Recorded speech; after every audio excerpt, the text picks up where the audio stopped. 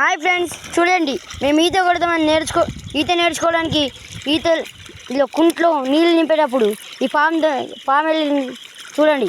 అది కూడా ఇంకా చచ్చిపోయిన పాము. ఇంత పెద్దగా ఉంది చూడండి ఫ్రెండ్స్. ఇంత పెద్ద పెంజర పాము ఎప్పుడైనా చూసారా?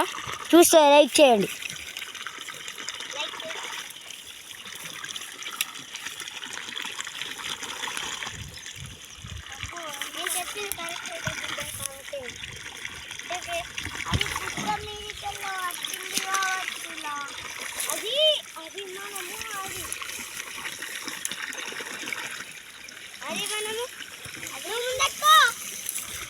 నన్ను తీయకు.